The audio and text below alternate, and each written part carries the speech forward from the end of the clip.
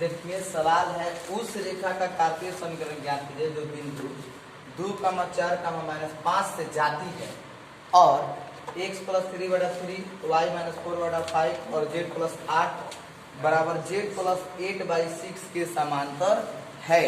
देखिए एक बिंदु दिया है और एक बिंदु दिया है और यहाँ दिक् अनुपात दिया है और इससे आपको निकालना है कार्तीय समीकरण।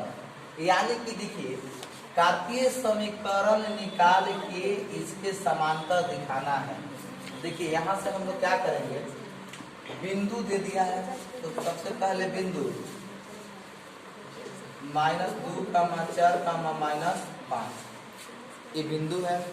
इसके बाद आप समझ सकते हैं, इसके बाद इसमें बिंदु दिया और बिंदु के साथ यहाँ आपको क्या मिला है, दिक् अनुपात। तो पहले कार्तीय समीकरण इस बिंदु ए को हम लिख सकते हैं क्या, -2i cap + 4j cap - 5k cap. ये हम लिख दिए वेक्टर ए के मान। इसके बाद क्या है, आप इसको समझ गया, कार्तीय समीकरण दिया है, इसको x - 3/3 y - 4/5 z - 8/6 ये बिंदु दे दिया। ठीक है, अब आइए, अब इस चीज को हम लोग को समझना है कि यहाँ कार्तीय समीकरण ज्ञात करना है। तो कार्तीय समीकरण में ये आपको बिंदु मिलता है, ये बिंदु के मान है x1 y1 z1 और L1 m1 n1, ये आपके दिक् अनुपात है। तो देखिए ये बिंदु है और ये क्या है, दिक् अनुपात है, के समांतर है। तो आप एक बात हमको बताइए कि हम लोग यहाँ से दिक् अनुपात की अगर बात करेंगे तब बिल्कुल आसानी से निकाल सकते हैं। दिक् अनुपात L1 बराबर कितना 3 और इसको हम ले सकते हैं m1 बराबर कितना 5, n1 बराबर कितना 6।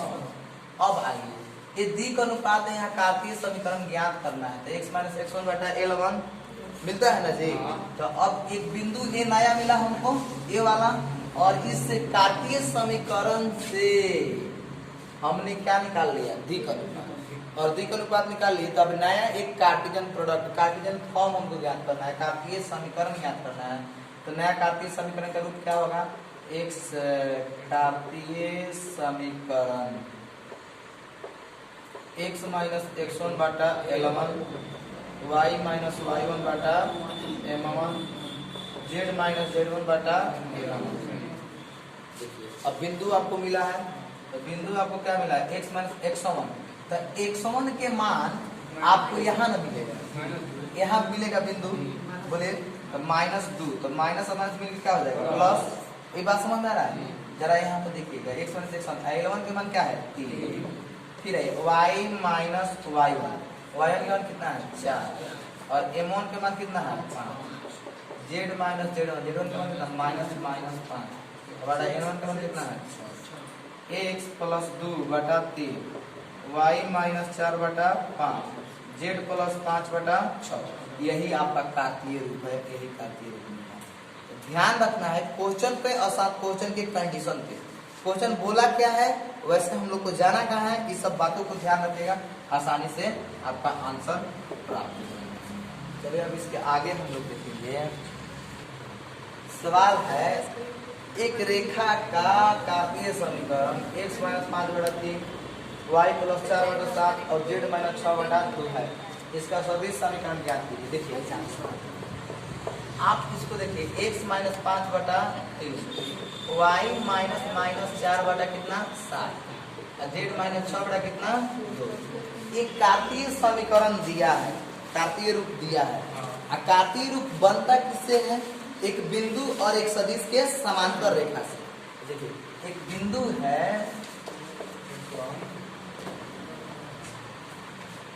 एक बिंदु क्या मिलेगा आपको 5, यहाँ क्या मिलेगा -4, यहाँ क्या मिलेगा 6। देखिए बिंदु हमको मिला क्या 5 - 4 और 6। और यहाँ आपको नीचे क्या दिख रहा है, दिक् अनुपात, दिक् अनुपात दिख रहा है, दिक् अनुपात दिख रहा है, यानी कि यहाँ दिक् अनुपात तो दिक् बिंदु है, तो ये बिंदु है, तो बिंदु मान लीजिए कि बिंदु क्या है ए बराबर, तो वेक्टर ए बराबर इसको कन्वर्ट करेंगे minus 4j cap plus 6k cap. आ गया ना। अब द्विक अनुपात दिया है। द्विक अनुपात क्या है? 3, 7, 2। द्विक अनुपात 3, 7, 2। अब आइए 3, 7, 2 है तो इसको वेक्टर बी बराबर लिखोगे 3i cap plus 7j cap plus 2k cap लिखोगे ना। तो बिंदु बी लिख लिए। अब इसका देखिए रेखा का कार्तीय समीकरण है। तो रेखा का सदिश समीकरण ज्ञात करना है। तो सदिश समीकरण ज्ञात करना है वेक्टर r बराबर vector a plus lambda vector b। Vector r vector a के मान बताओ। 5i cap minus 4j cap plus 6k cap और प्लस लैम्डा। वेक्टर b के मान बताओ।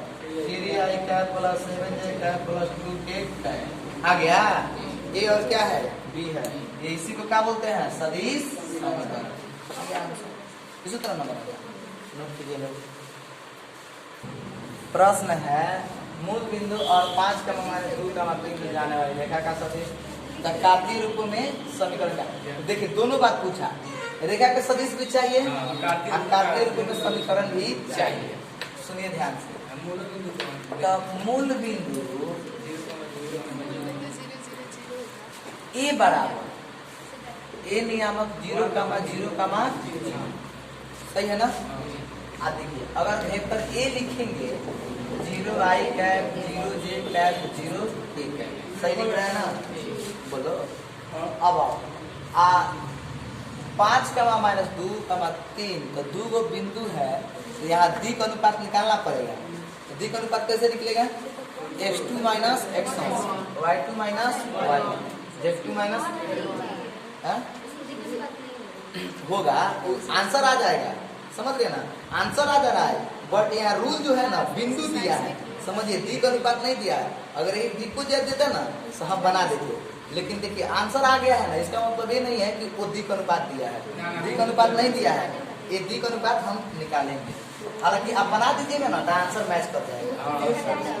हाँ घटाएंगे तो कोई अंतर नहीं पड़ेगा। इसीलिए आंसर मैच कर जा रहा है। समझिए देखिए यहाँ बिंदु दिया है तो आप बात को समझिए। बिंदु दिया है तो हमेशा रूल फॉलो करेंगे। बट यहाँ पे अगर आप द्विक अनुपात मान के भी बनाइएगा ना तो आपका आंसर मैच कर जाएगा। क्योंकि कारण है मूल बिंदु घटाने से कोई अंतर नहीं पड़ेगा। x2 minus x1 y2 minus y1 z2 minus z1। देखिए 5 minus 0 minus 2 minus 0 3 minus 0 5 minus 2 और 0 होगा। ये हमें द्विक अनुपात मिला। अगर हम इसको वेक्टर बी मान लेंगे बी बिंदु मान लेते हैं बी बिंदु। अगर इसको वेक्टर बी मानेंगे तो 5i cap 2j cap plus 3k ये हम ले लिए। अब 5i cap minus 2j cap plus 3k cap मिल गया।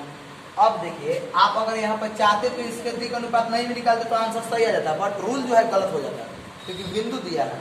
अब आइए अब हम लोग को सदिश समीकरण ज्ञात करना है। सदिश समीकरण वेक्टर r बराबर vector a plus lambda vector होगा। वेक्टर a के मान देखो 0, 0, 0 0 कर 0 a cap plus lambda 5i vector minus 2j vector plus 3k बस हटा दिए।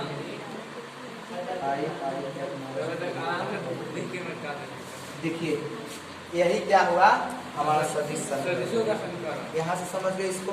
अब हमें क्या निकालना है? कार्तीय रूपों में। कार्तीय रूपों में समीकरण वही बात हुआ। कार्तीय रूप होगा x माइनस x1 बटा क्या मिलेगा? x माइनस x1 होगा।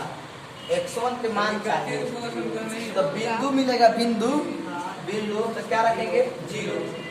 इसका मान क्या मिलेगा? 5। समझ रहे हैं ना। ये b है तो b वाला ही ना द्विक अनुपात होता है। ये वाला क्या होता है? बिंदु होता है। तो 5 y माइनस 0 अब देखिए माइनस 2 z माइनस 0 बटा कितना 3 होगा x बटा 5 y बटा -2 और z बटा कितना 3। यही क्या होगा काटिए। इस तरह से सवाल हम बना दीजिए। देखिए बिंदु 3 -2 -5 और 3 -2 6 से गुजरने वाले रेखा का सदिश तथा कार्तीय रूपों में समीकरण को ज्ञात करें। सुनिए, कार्तीय रूपों में समीकरण को ज्ञात करना है। इस बात को हम लोग को समझ जाना है। यहाँ बिंदु 2 को मिल गया है, तो 2 बिंदु से गुजरते हुए रेखा का कार्तीय समीकरण होता है x माइनस x1 बटा x2 माइनस y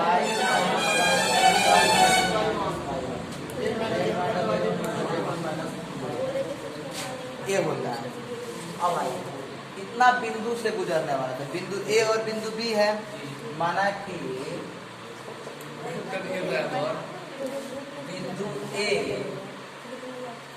नियामक 3 -2 -5 3 -2 -5 बिंदु A मिल गया। अब आइए, और यहाँ आपको द्वीप अनुपात निकालना है। द्वीप अनुपात निकालना है, तो देखिए द्वीप अनुपात निकालने के लिए हम लोग क्या करेंगे, x2 minus x1 y2 minus y1 z2 minus z1। बात तो समझ रहा है। अब भाई x2 minus x1 y2 minus y1 z2 minus z1 है। चलिए, अब यहाँ आपको दोनों बिंदु मिला है, बिंदु B भी मिला है 3 -2 और 6 बिंदु मिला है।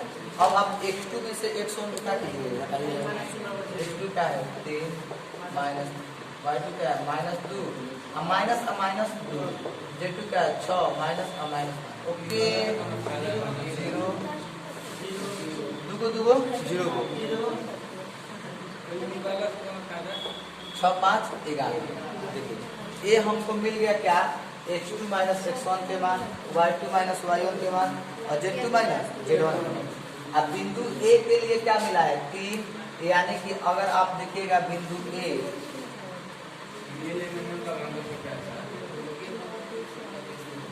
A नियामक 3 -2 और -5 x1 बराबर 3 y1 बराबर -2 z1 बराबर -5। समझिए इस बात को। x कार्तीय समीकरण,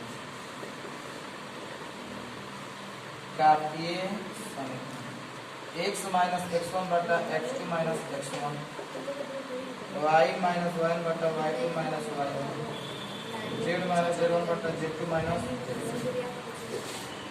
अब यहाँ बिंदु भी आपको पता चल गया, x माइनस x1 के मान आपको क्या मिला, देखो 3 x2 माइनस x1 3 में से 3 जाएगा तो क्या बचा है 0। y1 के मान कितना है माइनस, तो माइनस मिलकर प्लस हो जाएगा।